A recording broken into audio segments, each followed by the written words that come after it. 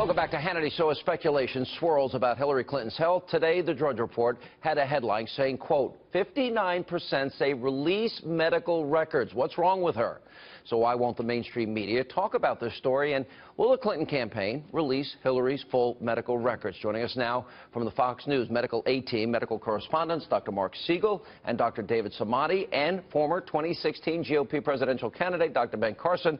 Dr. Carson, I'll show you the different examples. She's falling.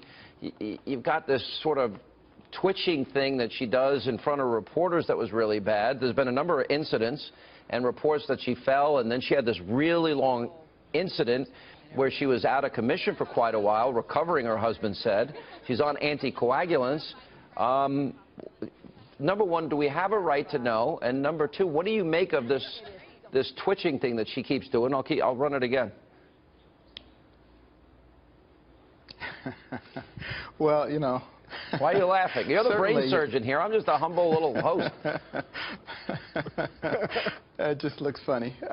You know, certainly as a person gets older, you know, the number of medical conditions that we have to watch for increases, which is one of the reasons that we strongly suggest as you get older that you have at least an annual examination. If you're going into a very important position like this, it's critical. Right. And that information should be something that we should have access to because it's very important in terms of making that decision.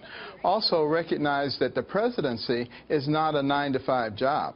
You know, it is extraordinarily grueling, and you need to have everything going for you. And also the mental capacity. You know, there are standardized mental examinations, many mental exams, about 30 questions. You can get a very quick assessment in terms of what's going on.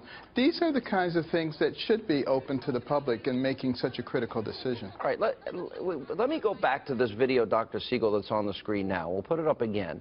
I mean, it's a violent, repetitive jerking of the head here. Now, you know, you can see it's uncontrollable. Watch the reporter, like, pull back as the reporter got scared, and she keeps doing it. What is that? Well, it's an involuntary movement. I first want to say we just heard from one of the top neurosurgeons in the history of the United States, not just a political person. Number two, Secretary Clinton hit her head in 2012. And would it cause this? Well, it would cause the kind of brain damage possibly, we've been studying this over the last 2 years, that can have long-term effects, that can have effects on thinking, on memory, on gait, on how you walk, on dizziness, on balance. That's a possibility that we need to see the records of. We need to see the records of anyone that's around the age of 70. What about the so-called, you know, how do you say this? The blood clot. Well, you got the blood clot. You've got her. She's on lifetime Coumadin. She had a blood clot. She has a family history of stroke. Right. That blood clot, as Dr. Carson will tell you, can sometimes be accompanied by a stroke. Not in this case, because an MRI afterwards was negative. But these are the kind of reasons. Do we know that for sure? Well, we don't know that for sure. We learned that from what records we got. But I'd like to see the full record. Yeah, Dr. Samadi. Well, I think like everything, it pretty much started based on all the facts that we know. In 2012, she had the concussion. 30% of the patient can have symptoms of mini seizures. They can have vertigo. They can have forgetfulness. Is that video we're showing a seizure? Well, maybe. It certainly could be. Watch it right here. Let's just watch. I want to watch it closely here. Watch the reporter back right there. You see the look, and it goes on and on and on. That is, to me, bizarre. There's certainly some neurologic issue going on depending on when this tape was taken, but 30% of the patients that have some sort of the post-traumatic injuries, they can have cognitive issues, forgetfulness, sometimes they can forget words, etc. But what she has also, let's talk about this blood clot, because that blood clot and the MRI that they got, it saved her life. They got an MRI, they saw this blood clot near the sinus transverse behind her right ear, and that's where probably sinus, and that's probably one of the reasons why I think she's probably has some vertigo, and that's one of the reasons why she has all these falls. That's why the falling takes place. Exactly. Sure. She also I think in terms of not speculating, I want to be very clear on something. I'm more concerned about the video that shows her inability to catch expressions and words and changing the topic she was on. The video you mean when she sort of has these brain freezes? Right, brain freezes. Let me show one of the brain freezes so I can. Just to be clear on, I talked to a top epilepsy epileptologist today, a seizure specialist, one of the top in the country, that does not think that's a seizure. So I want to be clear. We need the records to be able to make those determinations. But the one where she was searching for words. Well, let's play that. We do not need another big contentious debate about health care. We need to make what we've got work really well and improve it and get the costs out of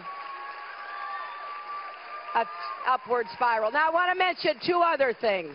There's a little bit of a brain freeze there, but I may actually be more sympathetic to that as somebody who's been a public speaker. And that could be all it is. That could be all it is, but we need more investigation. Dr. Carson, let me give you the last word because we got to roll.